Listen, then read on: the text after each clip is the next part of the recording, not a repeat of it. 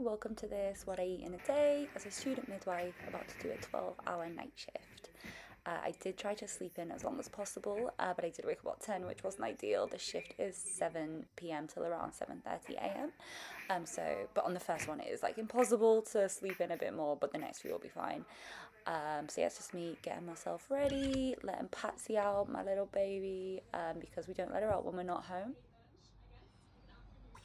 So first thing was definitely coffee that I had in the day. Then I prepped my overnight oats to take with me to the hospital. Just oats, chia seeds, like ground up seeds, like milk seeds, things like that. Honey and water. You can do it with milk, but I feel like it's just too rich.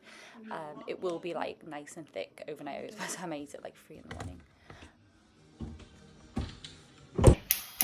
Then just for breakfast, I boiled some water for the pasta that I'm going to take. I just had boiled eggs and mayo on an open-faced piece of rye bread, like a bit of a Swedish sandwich. Wholemeal pasta, just trying to be as good as possible. Patsy absolutely waiting for her breakfast. Come on now, where is it? But yeah, me and Patsy had our breakfast while I waited for the water to boil for my pasta. I get the pesto from Waitrose, just like a basic one, but it's got really good ingredients in. It has actual olive oil in and not like sunflower oil, which a lot of them do. Then I chilled outside with my coffee, about to be inside for 12 hours, so I really wanted to enjoy this lovely day.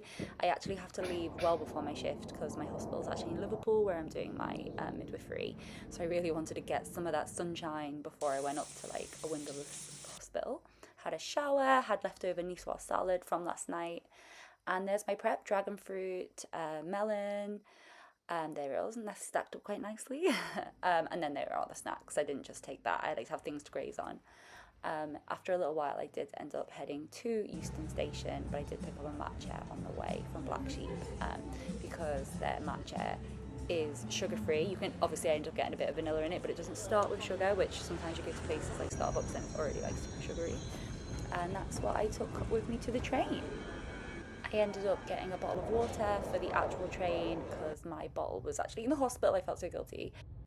Then I tucked into my oats and pasta about 3:30 in the morning, and yeah, it was great. It's exactly what I needed, and it kept me away from the vending machine. But yeah, thanks a lot for watching. Bye.